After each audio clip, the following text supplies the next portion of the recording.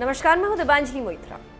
पहले बॉन्ड का दुशांबे में 4 ताकतवर देशों के साथ बैठक, फिर एक भारतीय दल का काबुल दौरा और काबुल दौरे के 2 दिन बाद अफगानिस्तान का भारत के सामने हाथ जोड़कर गुजारिश करना भारत के प्रति तालिबान का बड़ा संकेत है। जी हां, अफगानिस्तान पर तालिबान के कब्जे के बाद देश की स्थिति काफी खराब है। अफगानों को भूखमरी और बीमारी के संकट से बचाने के लिए भारत लगातार गेहूं, मेडिकल हेल्प और वैक्सीन की सहायता भेज रहा है।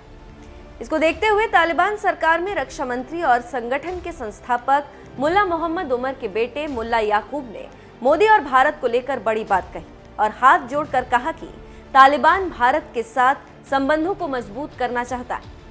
उन्होंने अफगान सैन्य बलों को ट्रेनिंग के लिए दोबारा भारत भेजने की भी इच्छा जाहिर की। एक भारतीय चैनल से बातचीत के दौरान मुल्ला याकूब से जब पूछा गया कि कई साल से अफगान सैनिकों को भारत में ट्रेनिंग दी जाती रही, ऐसे में अगर आपको मौका दिया जाए तो क्या आप सैनिकों को दोबारा भारत भेजना चाहेंगे?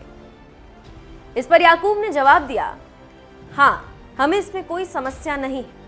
अफगान भारत संबंध मजबूत हो और इसके लिए जमीन तैयार करें, इसमें कोई दिक्कत नहीं। इसके साथ ही साथ एक दूसरे सवाल में पूछा गया कि पिछली सरकार के कई अफगान सैनिक जिन्हें भारत में ट्रेनिंग दी गई अभी भी भारत में, अगर वो वापस लौटते हैं तो क्या आप उन्हें सेना में दोबारा रखेंगे? इस पर याकूब ने कहा, हमने इस संबंध में कई कदम उठाए और विदेशों में मौजूद सभी अफगानों से लौटने का अनुरोध किया। उनमें से कई लौट चुके हैं और अपनी ड्यूटी कर रहे हैं। जो लोग यहाँ रह गए हैं, हमें इसकी जानकारी है और हम उनसे लौटने का आह्वान करते हैं। किसी को ना छोड़ना ही अफगान परंपरा और हम इसके प्रति वचनबद्ध हैं।